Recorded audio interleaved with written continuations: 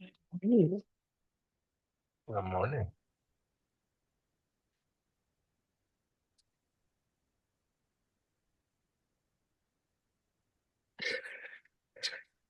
What's going on? I don't know. You look like very devious today, like you're about to grill me or something.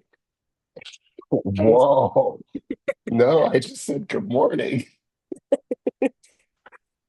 There was something I, about the eyes today. no. I was like, oh, oh. Well, I think, well, if there is anything about the odds, it's the fact that the rest of the United States sprung forward and I didn't. Yeah, I was thinking about that this morning. I was like, oh, maybe he is on a different time frame. So I I was just am. gonna log back in an hour later if that was the case. It's like, yeah, if he does it, it's No, fine. I figured it out. That was like, wait a minute, I set everything up for my time zone. Not realizing that Yep. everybody else is gonna move. So like I had to go back to my calendar and like go, oh Yeah, wait, okay, a little bit. How are you? good. Fighting a cold, but Oh I'm good. no. I know it's these colds that always feel like you fall 30 bajillion years behind. You It's had okay. class this We're good. weekend? I did both What days. was it? The first one was on Saturday, which that one we only have three meetings a semester. Intergenerational trauma.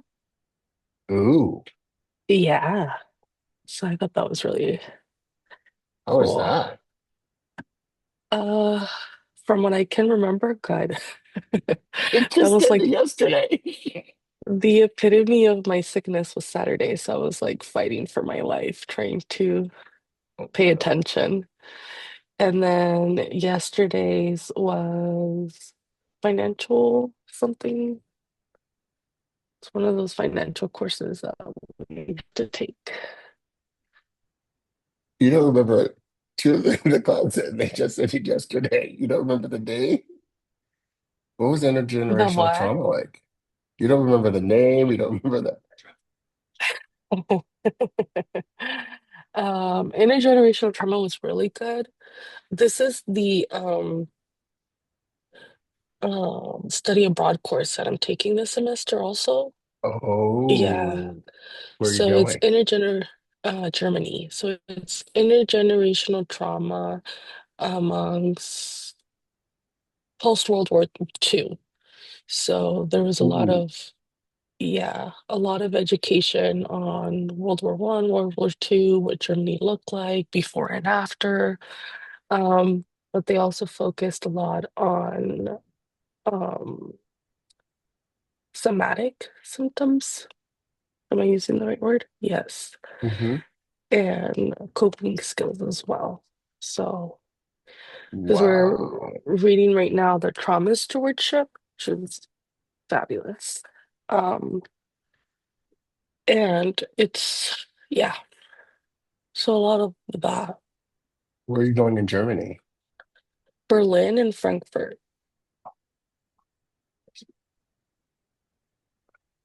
I I love know. Berlin.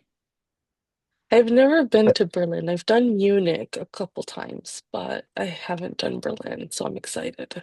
Oh my God, Berlin's amazing. Yeah. If you have time to get away by yourself, go to the department store called Kadiva. I'll send it to you, but it is amazing. Kadiva, I think that's how it's spelled. Kadiva. Kadiva. There we go. Um, it is, it's like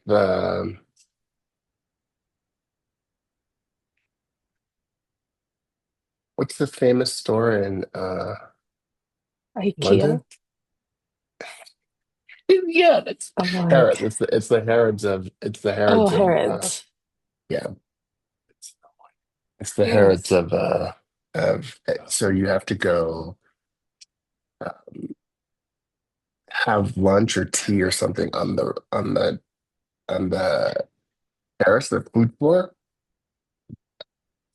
Unbelievable. Awesome. We'll check it out. Hopefully we have time. All right. All right. So we left off last talking about your study and talking about EndNote.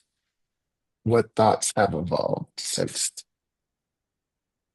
we last? Um, Not many, to be honest. Okay. I think you said EndNote, right? Mhm. Because that's what I have on my notes too. Um,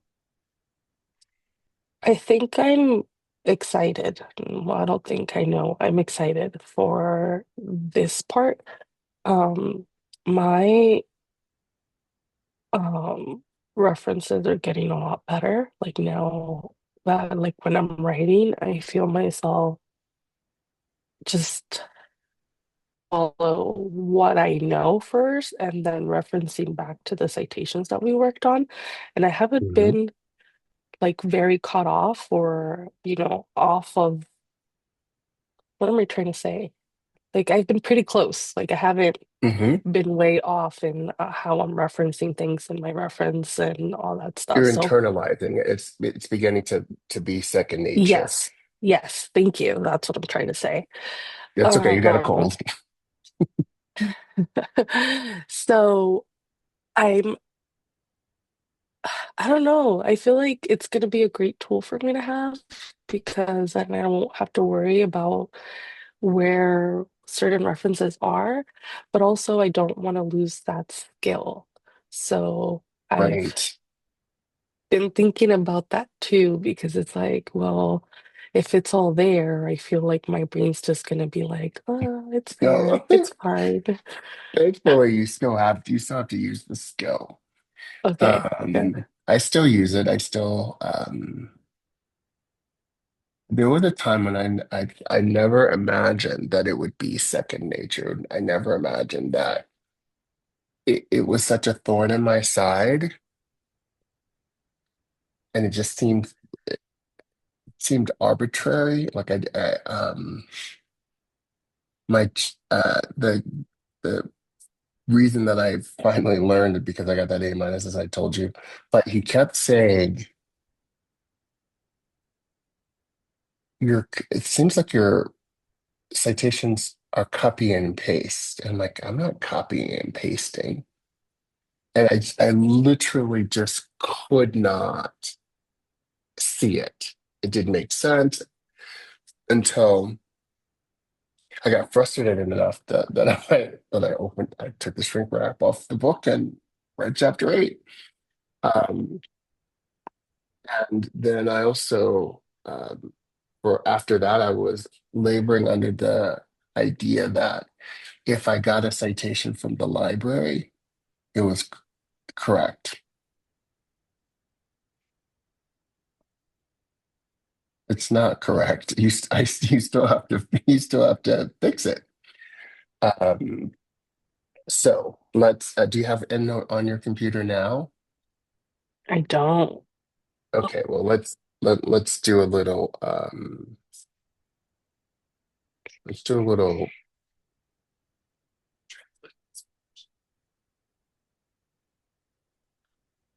I'm gonna show you around. How much have I showed you of EndNote? A little bit, a lot. Very little. I don't think Okay. we've gone. I think it's just been more in passing when you've used it during our exercises. All right. Today is the day. I don't know.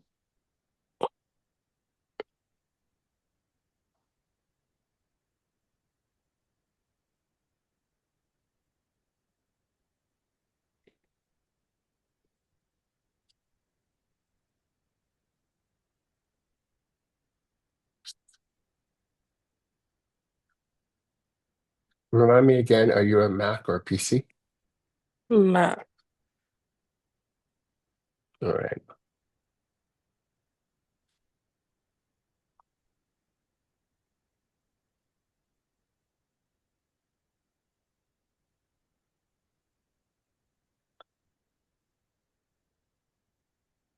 Okay.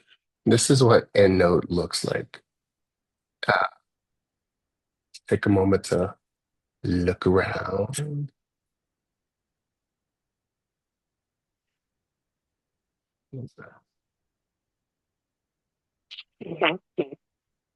Over here are your groups, and you can see that I have lots of groups.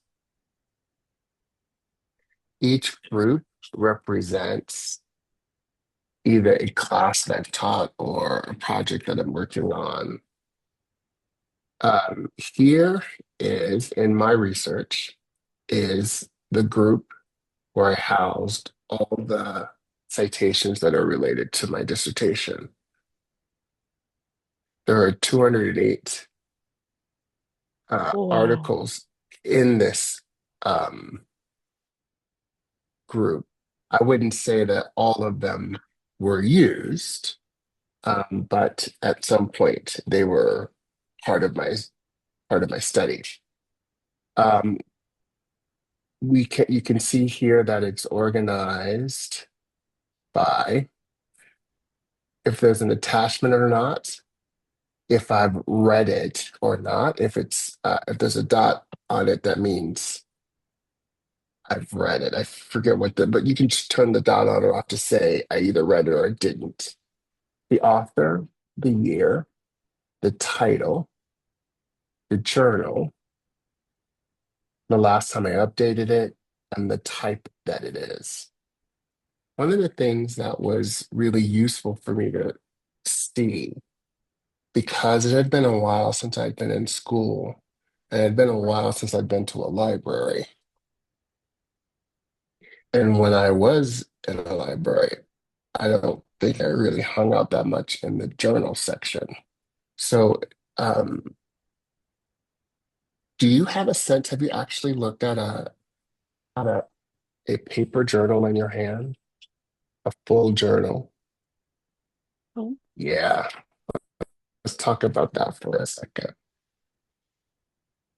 One of the things that you clicked in really early on in our first or second session, I believe it was when something is italicized, that's the thing that you're going to go reach for it from the shelf, right? mhm. So if you can imagine a journal with publication years and the volume and the number, like just a bunch of them, a little bit like a catalog or a Magazines. magazine, right? But a little bit thicker. And you should be able to read on the spine of the journal the volume number, the year, the volume number, and the issue number, if there is one, right? And there's probably in any journal, there's like 15 to 20 articles in a journal.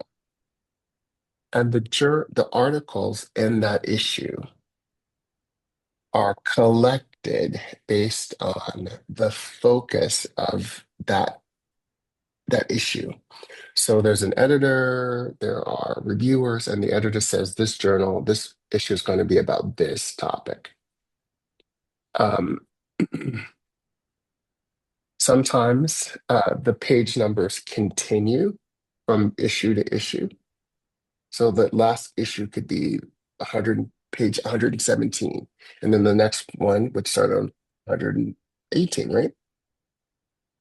Um, let's see if I could find a journal. So one of the big ideas that really sort of helped me was once I had collected a lot of articles to see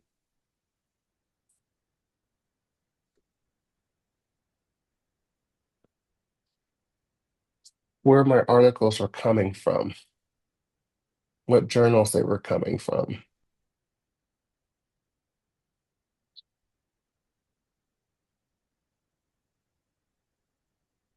A lot of my work came from nonprofit Um, management and leadership.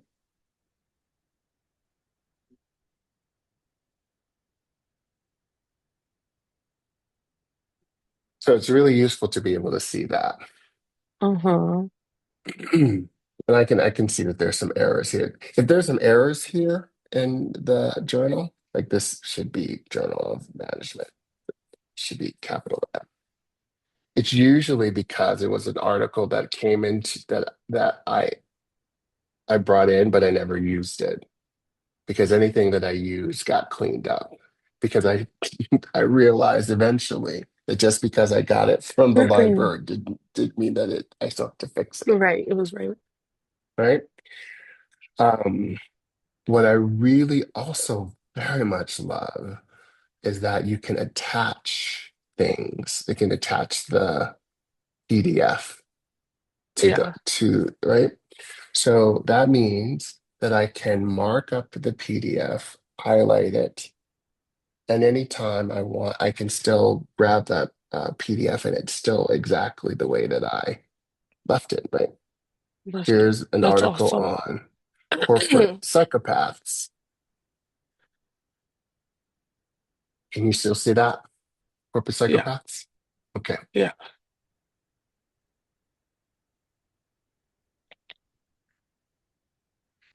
This article really helped me figure out a theme. I think it was theme number 5 and 6, charming and alarming. Um, you can see years later, the article is exactly the way I left it. Um, you can create groups based on whatever your interests are. Again, um, mine are organized by courses that I've either taken or taught. In my entire library, there are 2,609 references. And when I'm writing something, I can search for anything about founders syndrome. It finds all of That's the articles crazy. that are connected to founder syndrome, and I can just choose the ones that I want to highlight or reference. Um, when you're adding articles, you can add the abstract, so you can search by the abstract. And you can also write notes or research notes to yourself. So when you're putting an article into your database, you're just like, this article is about XYZ or whatever it is, a noting system so that you can find it very easily. But the real true um, impact of EndNote, and studied, Gracias. I decided you have 2 classes left, right? Or 2 semesters left. Actually, I'm Uh-oh. done this semester. Actually, what? I'm done after this semester. I know. I figured that out this week. I was because we had that conversation and I received the email for registration for summer. And when I was doing my audit, I realized I'm done this semester. Granted, I get pass on my classes, but essentially, yeah. Which I think it's kind of not kind of. I think it's good because then I can just focus all my attention on dissertation from this point on. I think it lines up really well also to when we're done with the first phase Mhm. and I can just Go right head into the straight. next. Yeah. Yeah, Um, so we could definitely definitely going to talk about it before the semester ends. In fact, the next session, we should find your literature. Because again, my recommendation is that you withdraw so that you're not paying, and Yeah, then come back when you're ready.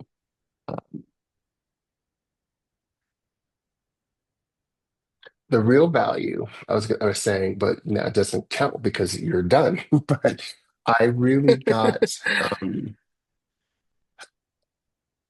this skill got strengthened because I used EndNote for everything. I used it for discussions. I wrote always in APA style. I made sure that I was writing in third person. I made sure that I was using APA for numbers. I always wrote in APA, so I wasn't having to remember how to write in APA style. I wrote yeah, in the meal plan, so I didn't have to remember how to do that. I turned that into my basic writing style, and I think it's probably the reason why I got through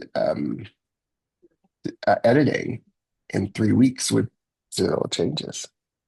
yeah. That meal plan really came in handy this week when my brain wasn't working. Tell me It's about it. like, I think it just makes it a lot easier to focus my brain into what I'm trying to say. I don't have Mhm. to like scramble putting my thoughts together. And it's like I already know what goes where, and my brain might not be working, but the structure sure does. So, Well, when we talk today, I'm gonna show you some more about EndNote, and we're gonna talk about a literature matrix. Those two skills are probably the most challenging, difficult skills and easy to avoid. I have lots of scholars who come to me at after they've built this muscle of avoiding certain things, and then they Mhm. can't move forward because they don't know their references are a mess. Um, their writing is a mess. They can't edit it because they don't know what they wrote. They can't move things around. I mean, I think you're beginning to see how impactful and easy it is to be able to move things around when you're writing in the meal plan. You could pick up a whole paragraph and the Yeah. whole rest of the Yep. document stays stable. Yep. Right? You're just moving Yeah. around ideas, right?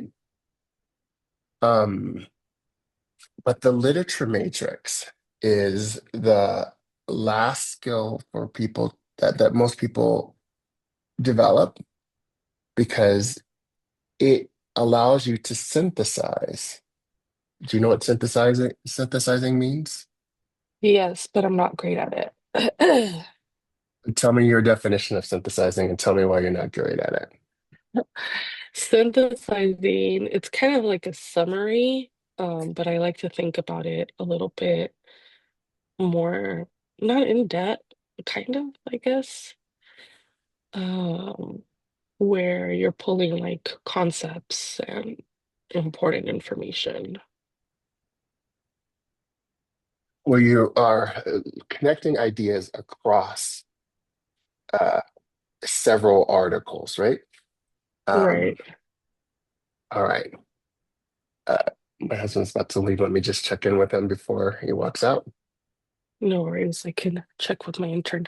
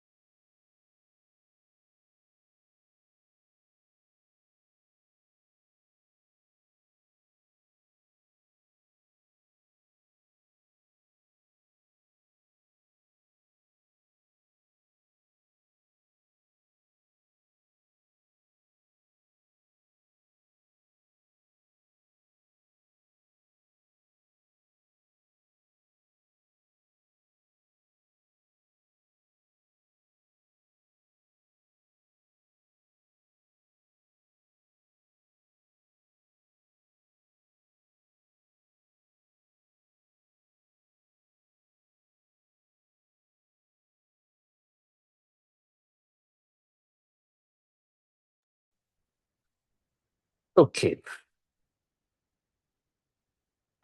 My sister had cold wax.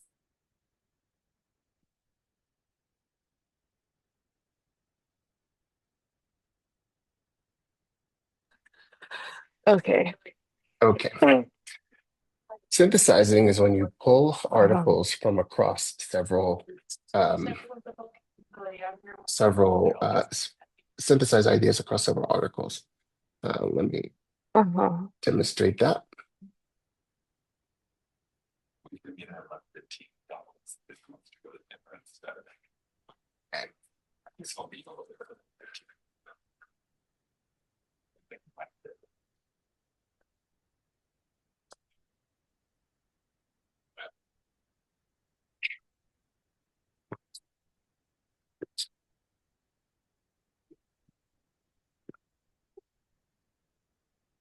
Okay, that's my thesis sentence, right? The topic of foundation has not been covered much in the peer review literature. So I now want to talk about why that is, right? Uh, Here are some articles that are not in the pop. This is a book, web page. Okay, so I can grab. I'm going to grab every instance that is not a book, a peer-reviewed article.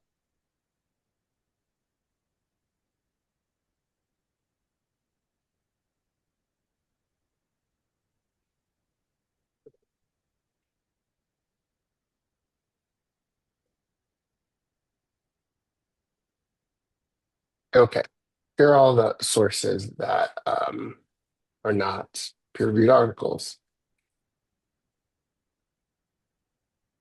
For example,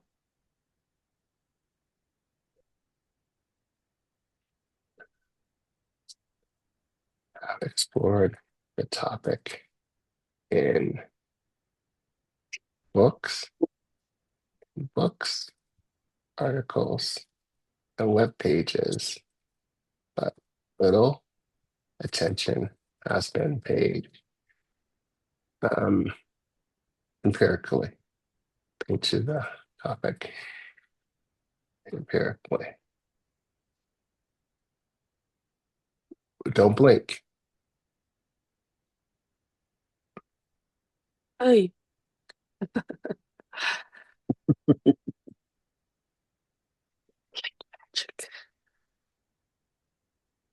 So now all I have to do is put this on a separate page. EndNote ends up being an add-in. I'm going to configure the bibliography so that it's double spaced. Bam. It's alphabetized. I have the references well placed. Let's say now I don't want Stevens because it's a conference paper. So a common problem when you're writing, when you're typing your citations manually, is you'll take something out in one place, but forget to take it out other places, and you also forget to take it off of the references, right? If I decide that I don't want this source, first of all, you'll notice when I click in here, this is field. It's all one the entire block. thing. Yeah. Mhm. So I hit the right mouse button, or with the Mac, it's two fingers on your mouse pad, right? Edit citations, more. Here are my citations, and I want to take out the Stevens citation. I don't want it anymore. Once I click OK, it gets rid of it here. It gets rid of it there. That's insane. I've never been so fascinated over a citation in my life. Um, of the few authors that have uh, uh, tackled topic. Now I'm going to use narrative citation. Block and Rosenberg. I'm going to organize it in year because now I'm thinking about it in year and time. Block and Rosenberg, but now that is an in-text citation. I want to turn that to a narrative citation. Stop it. It does that too? Uh,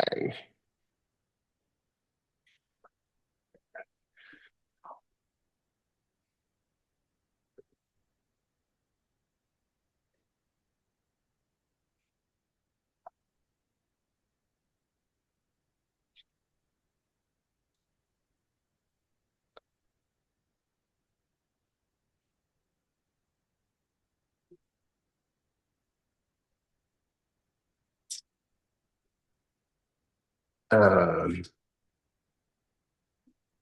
I'm going to try something with three art of three people.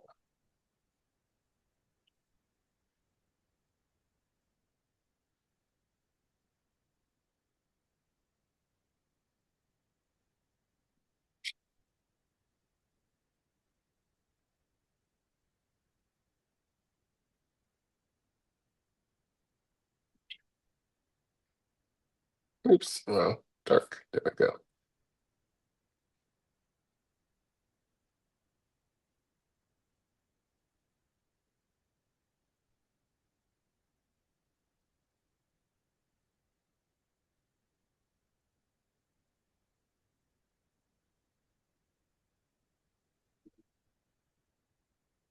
All right, here's one with three authors, right?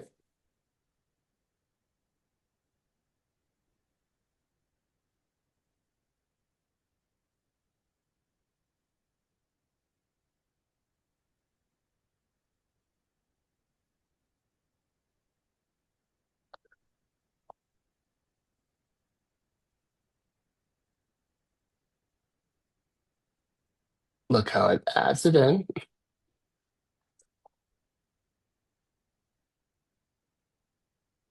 This whole time. this whole time. This whole time. Yeah. Uh,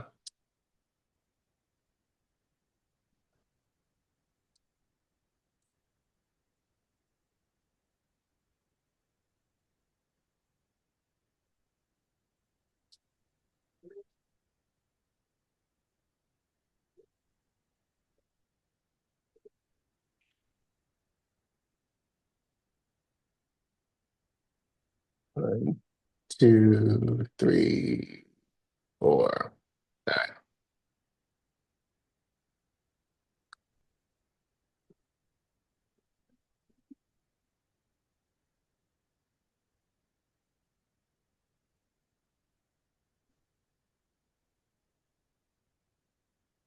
Okay. I was able to very easily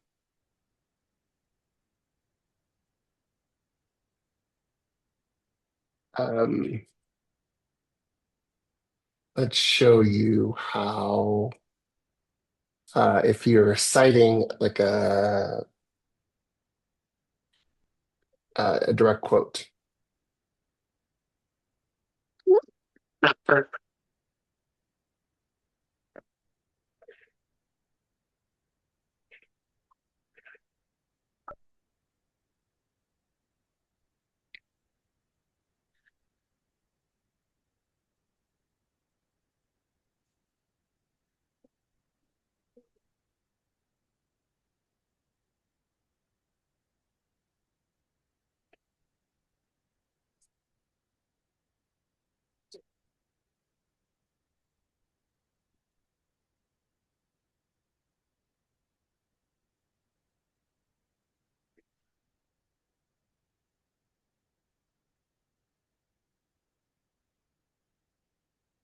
Let me find.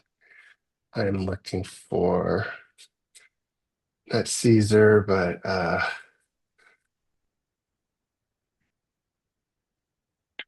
my research.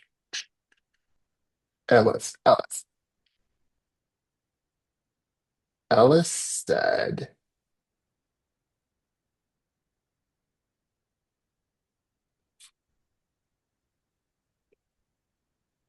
This is crazy.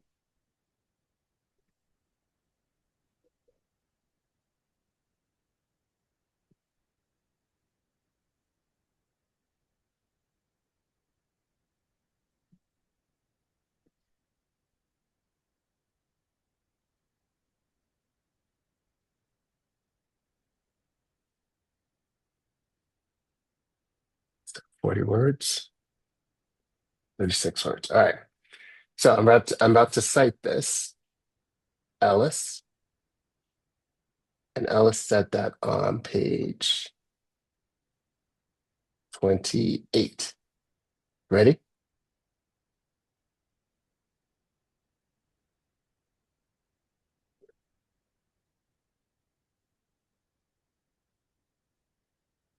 No, both well.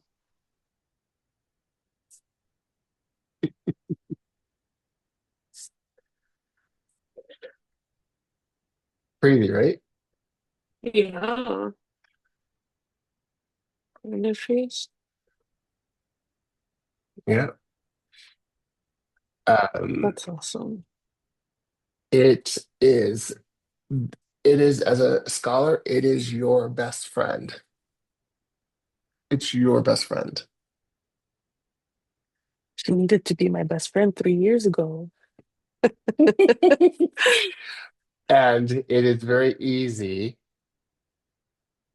to import articles, I even I from, also like that I can see what you mean about the skill still being required. Like, it's not just, I mean, it's automatically putting the information, but in order for the information to be there, you have to put it in there. yep, And it's still like working your brain as to what comes from where. So, yeah, you still have to. So from, uh,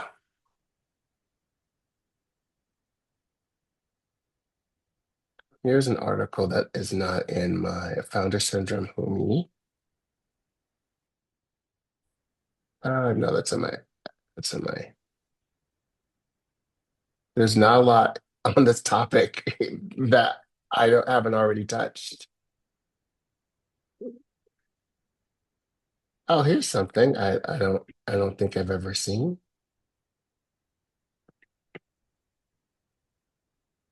Maybe I didn't do anything with it because it was in Nigeria. All right. But let's say I want to now ingest this article in my uh EndNote. Click Cite. EndNote is one of the options. And this is how it's going to come in. Sometimes, and here are the different mm, formats. Click EndNote. It comes here. Double click it. Now here's my reference. If I need to clean it up, I can. This one looks perfect. And then I put it in the group I want it to be in, which is my research. So now, okay. and I can go ahead and grab the paper itself, download the paper. Kind of like when we use RefWorks, right? Very Yes, similar. here's the paper. Go back to EndNote and attach it. And so now that dot means it's I haven't read it yet. So Oh, once I've read it, I click the dot. that's nice. Right? Uh, and so in just a couple of clicks, I was able to Right. end. Now, let's do something. Let's do a website. Do you happen to know if there's a difference between like the full licensure and the student discounted one? There shouldn't, no, no, there is, you can get a, as a student, you get the same license, you just get it at a discount price. Okay. Yeah. Cool. So let's say I want to cite this website. Yeah, it's not a great website, but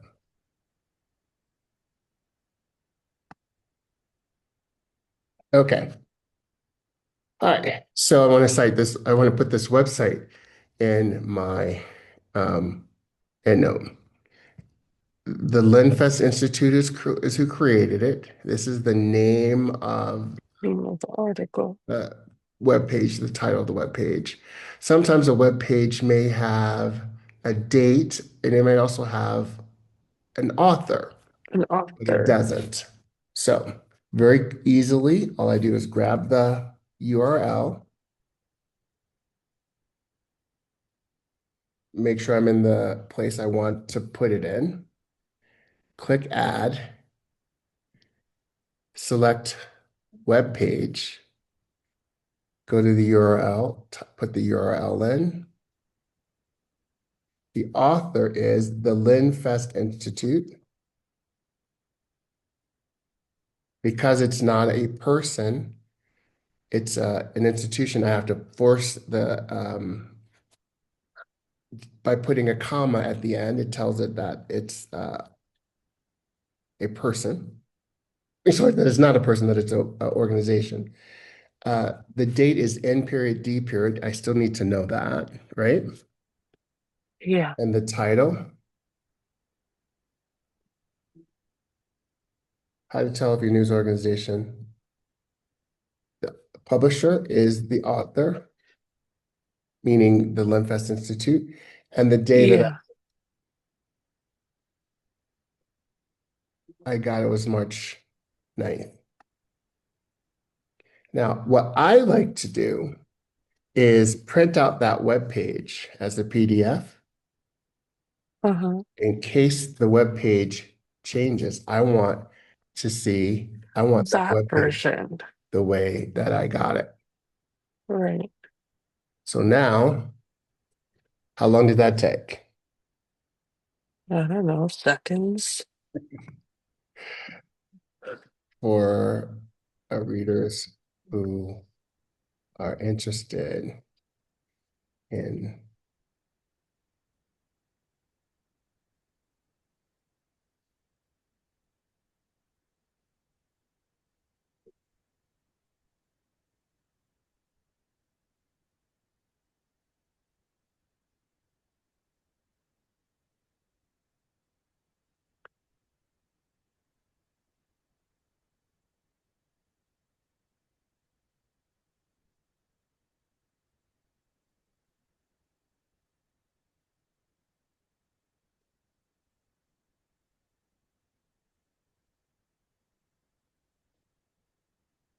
That's awesome.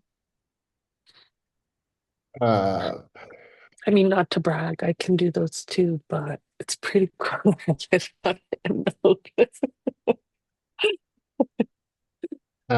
getting YouTube entries. Oh, This is day one of my. Okay, those are a little trickier sometimes.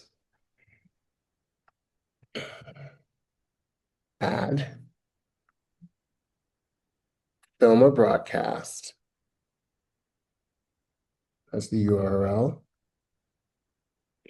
USQC is the, right? 2025, June 10. When there is a date, a month, and a day, we still in APA put the year first. This is how we write the date. I'm gonna grab this, but I know I'm gonna have to fix it, right? Yeah. Calendars. Oh, here, I'm gonna keep it this way and show you how easy it is to fix it. The distributor is YouTube and the medium is video.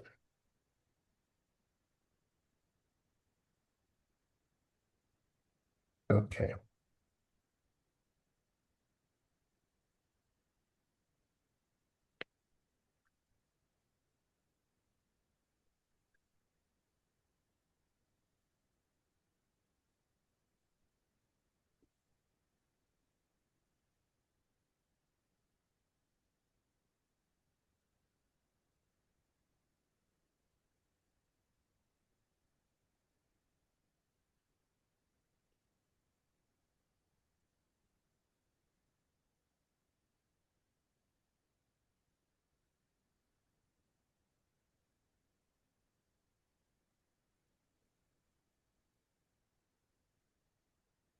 Okay.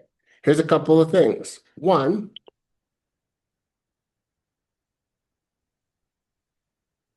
It's not sentence it's key. wrong, right? Yeah. Watch how quickly it is, how easy it is to fix.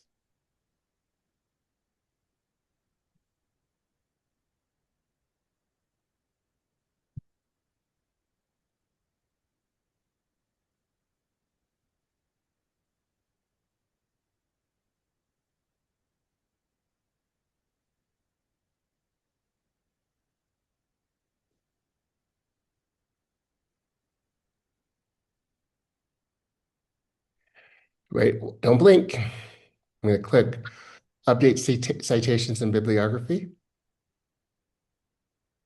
But that's dope. However, here we don't use the date this way. So I have to do a little jockeying.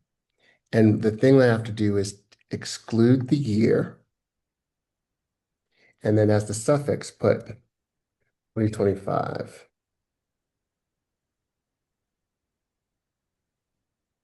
Got it.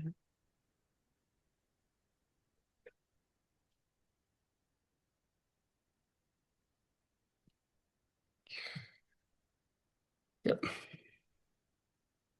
All right. So what what are you thinking? Kind of mad that I'm barely figuring this out.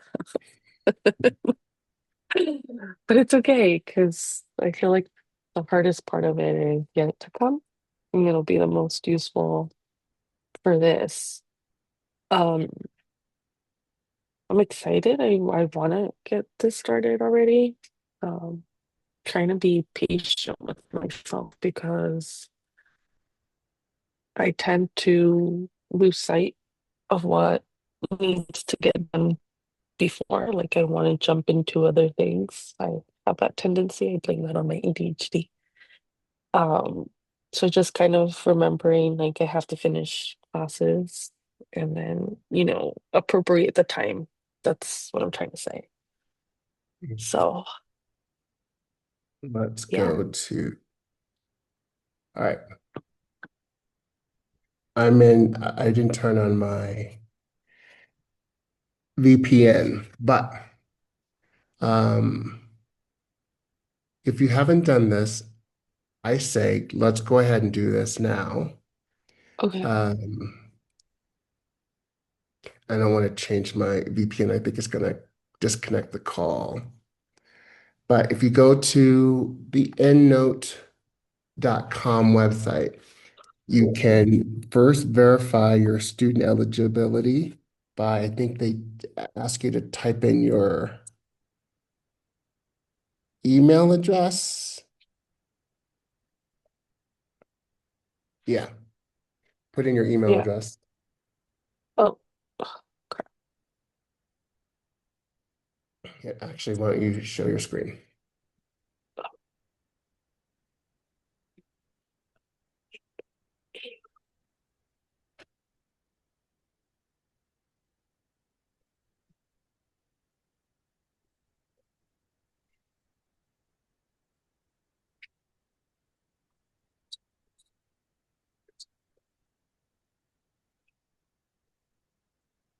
You should get an email.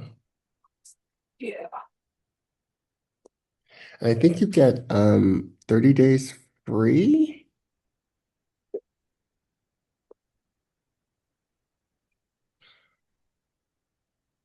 I don't know.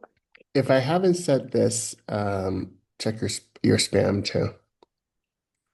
If I haven't said this, one of the main reasons I feel like I'm an evangelist for EndNote, going around preaching the good word about EndNote. Oh, there it But was. here's the real reason I think I love them so I love the software so much, and I've used other software. Their technical support is chef's kiss. That's cool. They are available 24/7. Nice. So there have been Nice. times when something went weird or kaplooey and like it's Saturday night at 11:30 and I'm freaking out. Uh, get on the horn with them and they are right there.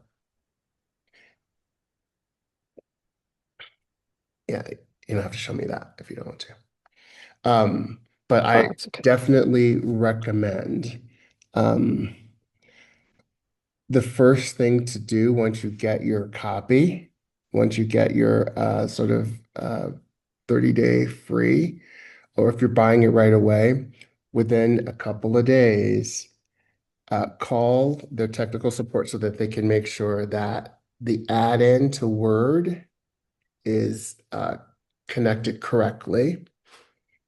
I would recommend if you're, do you use Word on the cloud or Word on your desktop?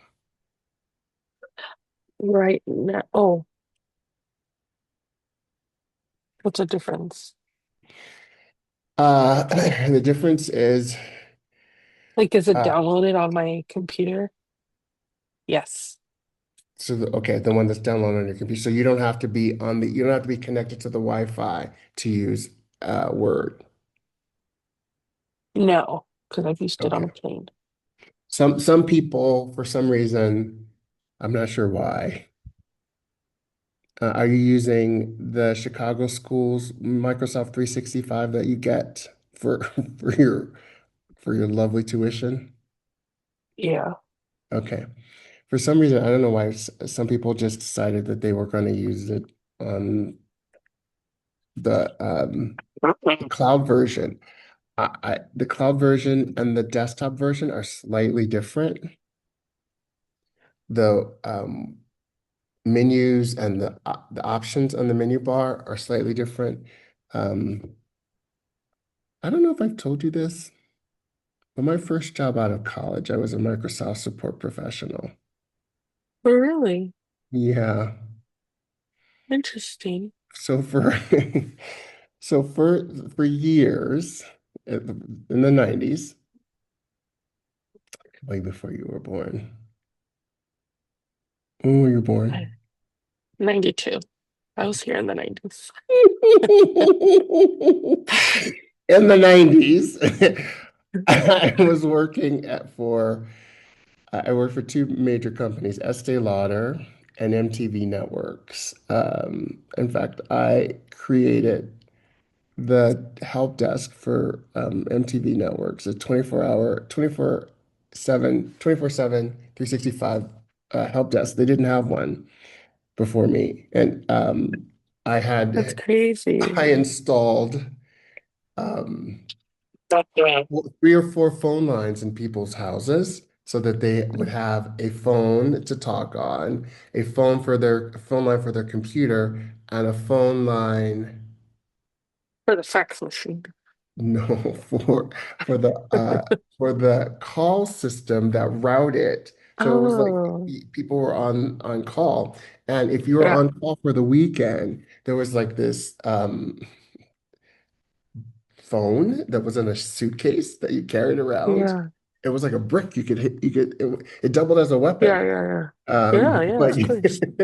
um, but there's lots of literature when I was sort of preparing myself to work with doctoral students that says most doctoral students don't have very good computer skills. That was Mm, just never my challenge because I went right. um like I have certain scholars who get to the end and they're doing their table of contents and they are Uh-huh. literally typing their table of contents going period, period, period, period, period, period, 17, Well, period, period. I'm like, um, what are you doing? Stop doing, don't do that. What are you doing? Um, all right. I So funny story with that. I always get complimented, and it's happened like multiple times, so it's not like just in my head. For the way that I type, right? They're like, you're just very like flowy and the way that you type. I'm like, I'm always like, okay, like that's a weird flex, but fine. Um, and we grew up awfully poor, but one summer or right before summer, my dad had found one of those like big Macintosh, the old ones, the gray ones. This is like early 2000s at a yard sale for like 25 bucks. And for us, that was like, that's big wow, time, right? Like that's big right? time. Like we got a computer and it used to be on the floor because we didn't have a desk. And it had two games, I think like the snake game and some pinball game. And Mm-hmm. then back then the computers used to come with the Word document. Like it wasn't a licensure you had to buy, it was just part of it. So the entire summer, I sat there and I taught myself to type. Like that was my entertainment because we didn't really have, you know, outings or anything like that. But we had that computer, and all summer I just sat there and like taught myself to type.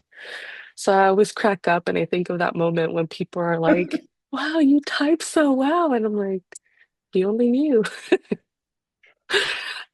Well, since we're having true confessions, I went to the state level in Illinois in a typing contest because I type 125 words a minute Oh, wow.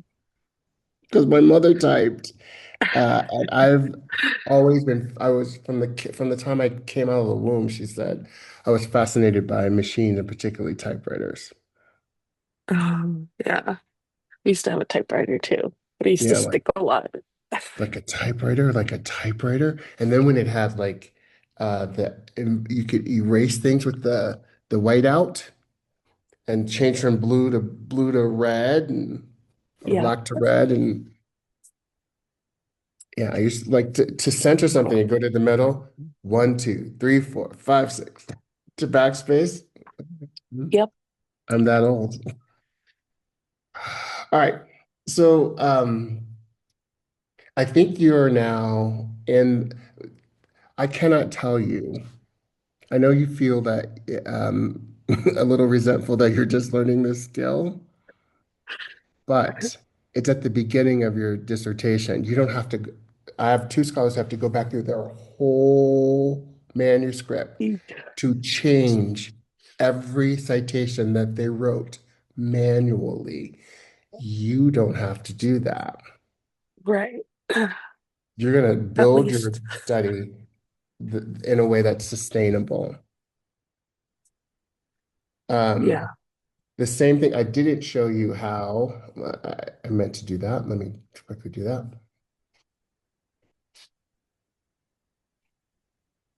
getting articles from the library happens pretty much the same way.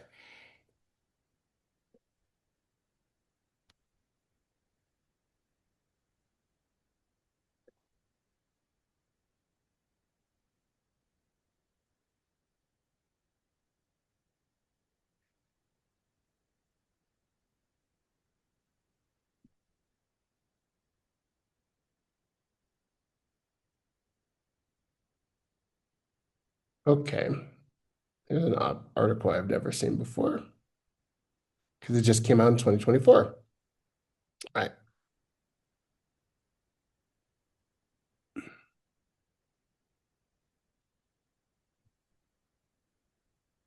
and here's the article.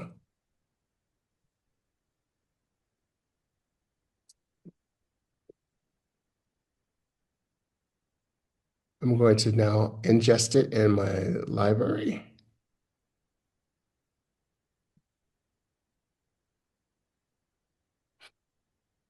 Okay, here, good. Ingested.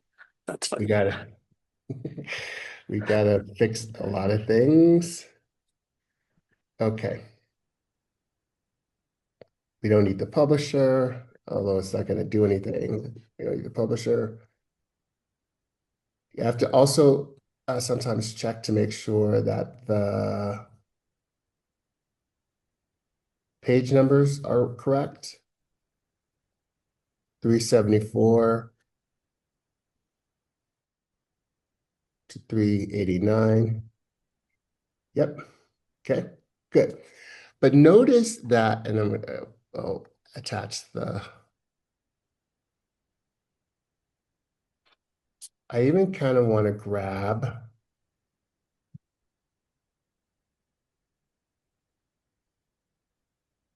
the abstract.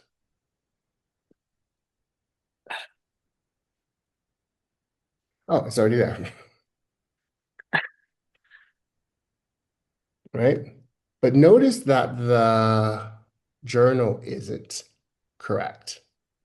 So we want to see what the citation is going to look like.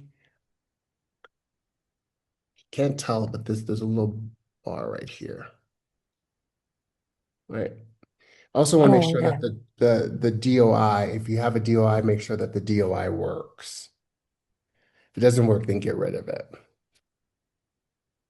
Okay, so if I add that source, let's say I'm going to add that source into this group of citations, right? I just added it, right? Citation.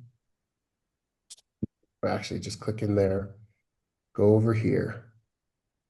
Smithers, there we go. There we go. Right. Smithers, added it right there, alphabetically. Added it here, but notice the journal is incorrect. The journal should be in caps. There's a little bit of a workaround you have to do. You have to open up in the journal list, Journal of Education. This is sort of the master list of all the journals. Uh-huh. But once you change it one place, it's changed everywhere. Okay. Education, administration, there it is.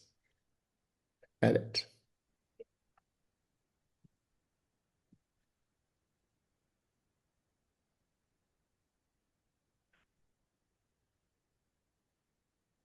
Okay,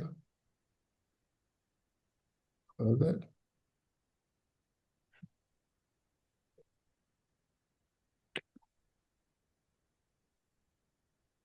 It's fixed there. Uh-huh. Just have to Okay. update the bibliography. Don't blink. Or is it? There it is.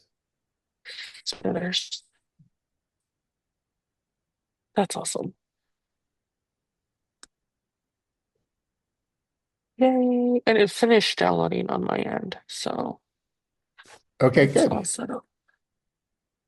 Let's talk about so I definitely feel like I've done my duty to get you um, on the right path, making sure that you're building your manuscript from the ground up this way. Yeah. When next we meet, we're going to go, we'll have a session with the librarian. Good morning. We'll find your articles. Okay. We'll download your articles. We'll upload them into EndNote. And then we can start this next process, which is putting them into a literature matrix. Do you know what a literature matrix is? Have you ever used one? Nope. Okay. All right. So let's just imagine. Remember, we talked about the Venn diagram having at least three circles. Right. So we find articles that overlap at least three circles, right? We pull them into we download them, and then we go through a sifting process. We have to first start with the research question. We can refine the working research question for now, but we need a research question to be able to interrogate the literature to get the articles. Right. The problem that most doctoral scholars have, the first mistake they make is they don't work with a librarian to find the articles. They go off on their own trying to find articles. They spend sometimes upwards of 6 to 7 to 8 months looking for articles as if they're on an Easter egg hunt. And the articles are hidden. What's We're that not face supposed to for? do that. No. I knew there was, see, this is what I mean when I tell you that there's like information. I'm like, there's no way that people are just doing it this way. Like there's no way. And then you start like unraveling this information. I'm like, I knew it. I freaking knew it. I'm not crazy. And it's one of those things where again, you don't know what you don't know Right. until somebody points it out. So okay, let's dive into that topic a little bit. I did a podcast on it. Did you ever have time to listen to the other podcast that I sent you? Oh, No worries. If you ever do, fine. yeah, But I did a podcast on it because I realized I would hear from my peers and I'm like, well, how's your study coming? I'm still looking for articles. What? Oh yeah, I'm still looking for articles. And then I went and talked to that person like 4 or 5 months. Oh, hey, what's going on? I'm moving forward. I'm like, oh, what's going on? I'm still looking for articles. What? Why? When you look, they're not hidden. They were published a while ago. So I don't know where this idea came from, but it seems to be that we are widely infected with this virus of I've got to find the articles. When really, let me let you in on a little secret. You nor I have a degree in library sciences. right. Facts. I don't know where the articles are, how they're housed in the databases. I don't know the names of the databases that the school has. I don't know any of that. I don't know the right search strings to use, but you know who does? Who do? Librarians. Oh, Librarians are magic. You need one, maybe two sessions with a librarian to find your articles, and then you're done. And you literally record the session with the librarian. so that you have what's called the research strategy that you're going to need for chapter 2. Let me show you what that looks like.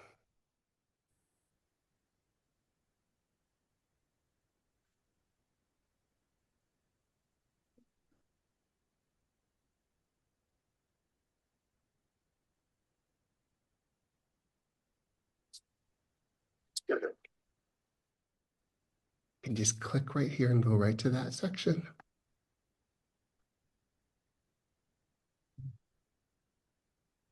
The strategy for this research was initiated by an inquiry of the psychological business and nonprofit literature focused on FS, or founderitis as it was initially called. Using founder asterisk syndrome, founderitis, and founder asterisk dilemma as the initial search strings informed by a preliminary research inquiry conducted in Google Scholar, the literature in this review was obtained from the ProQuest, ProQuest Central, and PsycInfo electronic databases. The initial search served as a method of identifying key research constructs and key terms, as well as to identify research trends by identifying which articles were most often cited.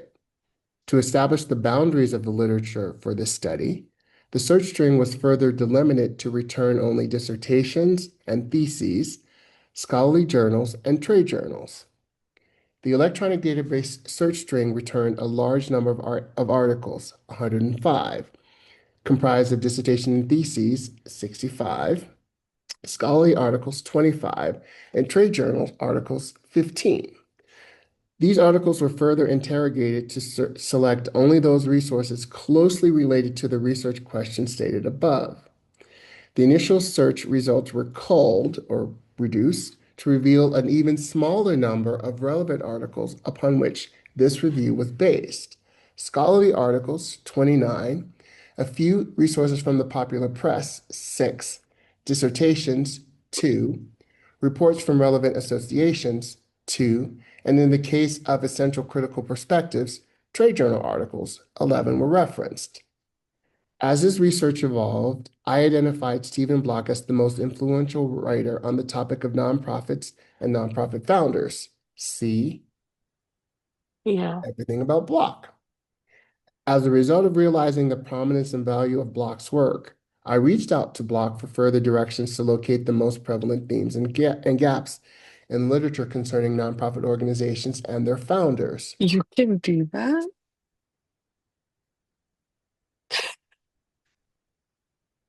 Through written and virtual conversations, I was able to leverage his vast experience and direction to locate the most prominent direction of the research gap. Therefore, this research and its literature review was built on Bloch's reasonings on FTRS, a yet untested theory that has evolved from early theorists' ideas on founderitis, again, which is now known as FS. Based on the fact that FTRS is a yet unexamined theory, the following literature review is an assertion and a bridge to the theoretical underpinnings and empirical examinations of founderitis, along with the conceptual framework established in Chapter 1. Finally, this study was predicated on Bloch's recently conceptualized ideas of FTRS and his further exploration of the topic in his more recent book. An inquiry of the research field has revealed that this topic is underdeveloped. Therefore, due to paucity, this review was based on the work of the limited information that exists.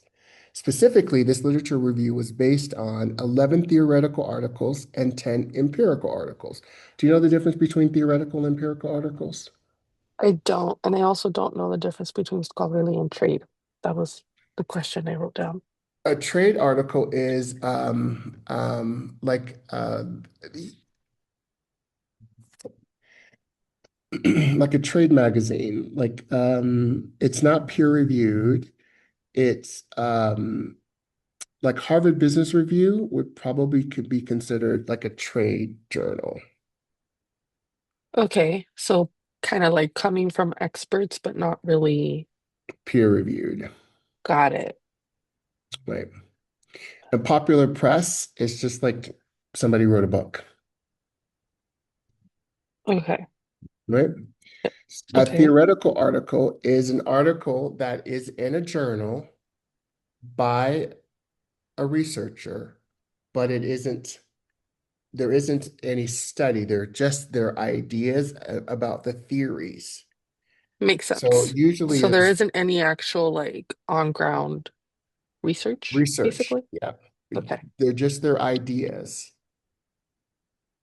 So 11 theoretical articles, 10 empirical articles, which are peer-reviewed. To establish the foundation for how these articles are reviewed in this chapter, the following is an introduction to the topic through a brief presentation of the contribution that these 21 research articles make to the knowledge base. Okay, a couple things just happened. You didn't know that you could reach out to the theorists. Yeah, Well, let me it's talk to you about bonkers. that for a second. I don't know when it occurred to me. I'm gonna find that email that I sent him. That's like reaching out to celebrities. It was a little bit like reaching out to celebrities. Uh, That's what it feels like in my head. Like, I'm gonna it reach out to absolutely celebrities. was like that. Uh,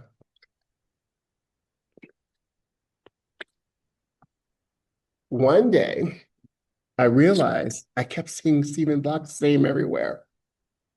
And I was like, where is this guy? Oh, wait, he's still around? All right, I'm going to reach out to him. So I wrote him a letter.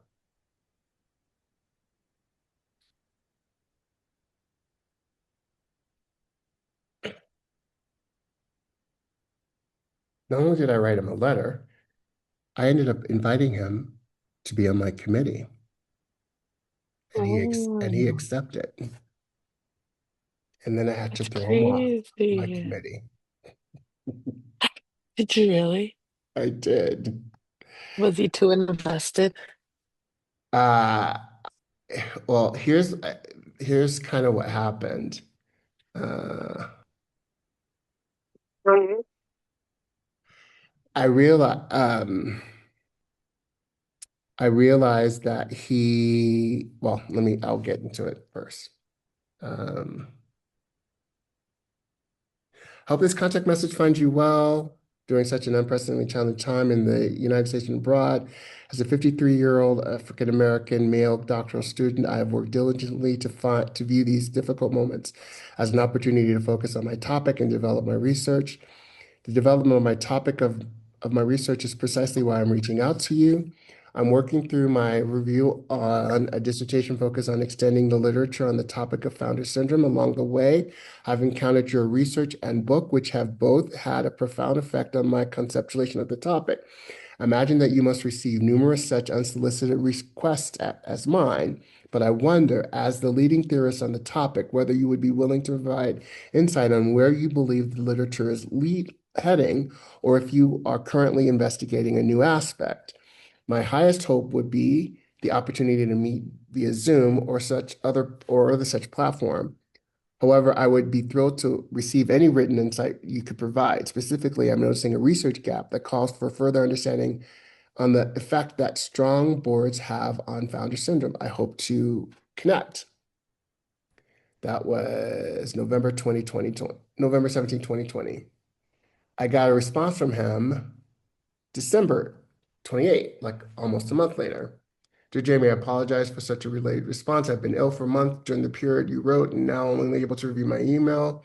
I appreciate your interest in founder syndrome and reaching out to me. I recently completed a book manuscript on founder syndrome that is in process of being published by Routledge.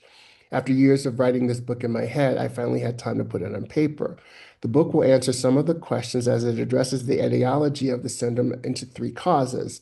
It also describes several theories to demonstrate the components of founder syndrome and reasons for founders' behavior, as well as the behaviors of senior managers in some organizations who undertake efforts to sabotage the founder.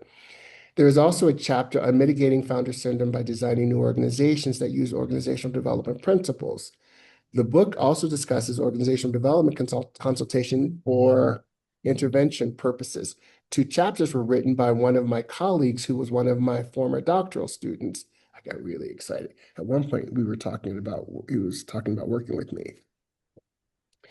The chapters Mm, provide several case studies on founder syndrome and in for-profit and nonprofit organizations. I would be delighted to have a conversation with you using Zoom. If you would still like to do so, let me know of several possible dates in January and times, blah, blah, blah. And he gave me he's still using AOL. why'd you fire him? It was like meeting a celebrity. I That's was like, awesome. But why'd you fire him? "Ah, he's talking to me." We had several meetings, and he told me that there is a new theory, FTRS, that he's proposing, and no one's ever tested it yet. So I am the first person in the world to test this theory That's awesome. that came from him. He was on my committee. And then several years later, when I got ready to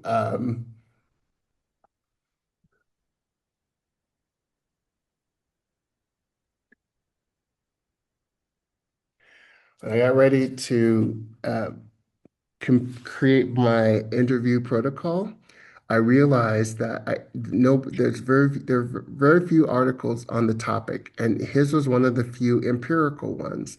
So I wanted to see what questions he asked people so that I could leverage them because we can't really create we have to we can't create as even in qualitative research we can't create an interview protocol or a survey. We have to really borrow from surveys because they've been reliability and validity tested, right? Hmm. And he was really cagey. He's like, I was like, well, if I have to pay for it, no problem, because it's your intellectual property. And he wrote back saying, I'll find those articles, those emails, saying that not all researchers publish their questions. Now, his research has been um,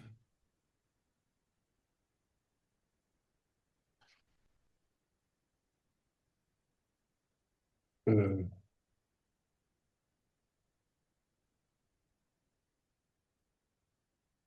his work has been cited upwards of, there I am, right there, that's me right I know.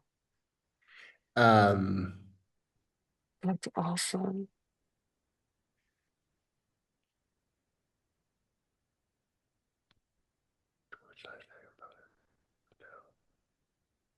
His work has been cited hundreds of times. I'm trying to Oh, find where it's been cited.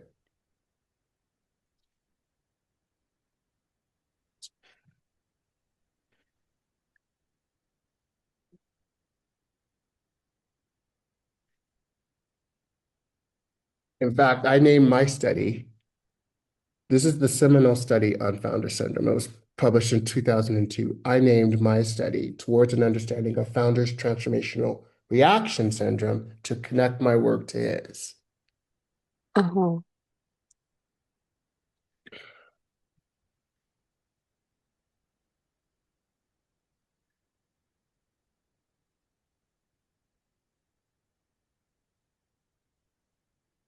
Okay.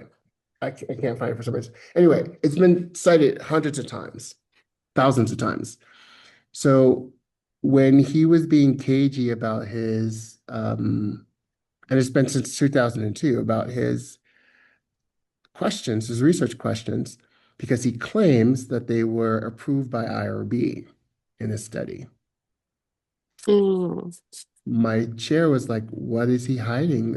Like he's the only one. Why isn't he sharing that with you? This is research we should. So right. I had to invite him. So this is me. I hope I find a great spirit. I want to thank you for your guidance, your help, support the way. I acknowledge that it hasn't been easy. Thank you for agreeing to participate on my committee and graciousness when that decision had to change. I literally had to write and disinvite him after working with him for 2 years. Wow. So it gives me this idea that I talk about with my students all the time. Your research, your committee is a political hotbed. Wow. My reader, my chair, was someone who I totally respected, but was very kind of aloof, and she still is. I just got to spend a couple of weeks with her, a couple of days with her when I was in LA. I don't see her as like this all-knowing person anymore. We went to a basketball game and she got a little drunk, so she's a regular person. She's Uh, off she's she's off a the she's pedestal. off the pedal. My reader, no, my methodology expert, uh, was kind of well, I was a student leader, so there were times when we were peer, we presented together, we traveled all over the world together. Um, he was a methodology expert. I changed from quantitative to qualitative. He's a qualitative expert. My chair is not. So he kind of took over in ways that she didn't like. Mm. I had to sort of play them against each other. Now he's my boss. Oh, wow. Now he's her boss. So there used to be two layers, and now he's the division chair. So he's over two layers of people. My reader was a professor. He got me my first teaching job at Chowan University that I still teach. And then he got fired. Or I don't know if he got fired, but he left, and I'm still there. So your committee is a political hotbed of Yeah. things. Um, all right, so this is a very discursive session. We looked at a lot of different things. Yeah. But so our next session is to really grab your literature. Because as I was saying before, we went down this rabbit hole. But I think was this an important rabbit hole? Absolutely. Tell me They why. all are. Um, I like to hear about experiences. I feel like that's part of like my brain grasp information. Sit here and tell me things until you're blue, but unless it's relatable, like it doesn't necessarily click. Um, and it helps me pull information too of what I do know and what I don't know. Like, for example, you were talking about your process with your dissertation and the literature that you found, and that helped me differentiate between Hmm. scholarly and trade, theoretical and empirical. Um, so yeah, Good. very I, informative. and I do really advocate for scholars. If there's a scholar around who you are seeing a lot, if they are like somebody that is a leader in the topic, reach out to them. I Okay. completely benefited from that. Uh, Yeah. the whole process, even like having to invite him out. Um, so we meet with the librarian. The librarian gives us our literature. You saw me that I had like 106 articles. I certainly didn't end up with 106 articles. I ended up with like 21 or something like that, right? So you get the articles and you hold them up, each article, and according to your research question. Does this article help me in my research? Help me answer my research question? Yes or no? If it's no, put it in the no pile. Does this article? If it's yes, so you separate them into yes and no's, but you have to tell the reader how many you started with. Mm, hmm. And then what we're going to talk about when we meet this week is the literature matrix, which is what I was asking you. Have you ever seen a literature matrix? A literature Oh, matrix that's right. Uh-huh. is a collection of the articles that you're using put into a matrix by topic, by theme. The hardest thing for most scholars is to look at an article and say, this article, first of all, what is this article about? And what theme does it belong to? So you can see that I've built this matrix. I use numbers, but you could use Excel. You can use anything, and they're mini sheets. But if we look at the literature matrix sheet, by the number of articles, 22, the author name, the title of the article, the methodology, was it theoretical, quantitative, or qualitative? The year it was published. Then there are some other things, and I'll talk to you about that. What's great about the literature matrix is that it can expand as your ideas expand. The big idea is to put articles in themes and sub-themes.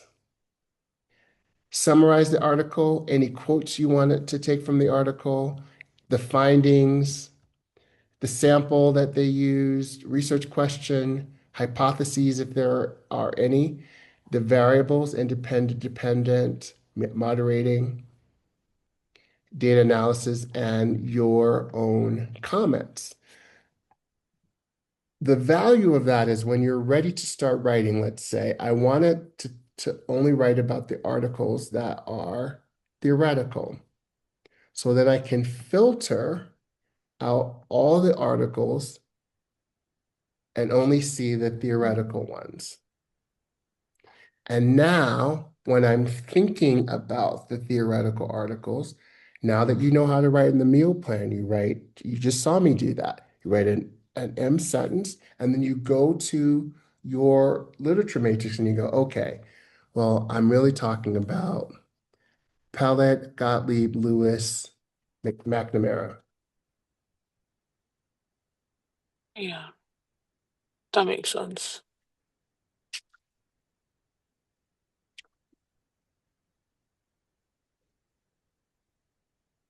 Pellet, Lewis, McNamara. Right. So now when I'm talking about that,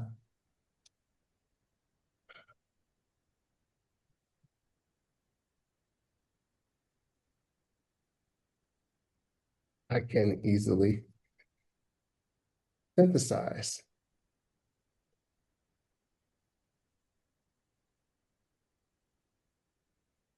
Very nice. All right. What were the big takeaways from today? Politics. Yep. Um, Librarians are your best friends. For those librarian sessions, will we be doing those together or will I be We can do it. scheduling the? Yeah, I Okay, can check to see. We can do it together. Um, why don't you see if you can reach out to or schedule a library session at the exact same time as our next session. for next week. Well, this For week this or week. for, For this okay. week. Um, uh, yeah. Okay. And then we'll start building this thing in earnest. I'm really excited to, this is the first time I work with a scholar at this point, not after the fact. We're not trying to fix anything, we're Oh, trying to build it. yeah. Good. All I'm right, good. good deal. Awesome. I'll All see right, you Saturday. have a fantastic day. I'll see you on Saturday. Yeah. All right.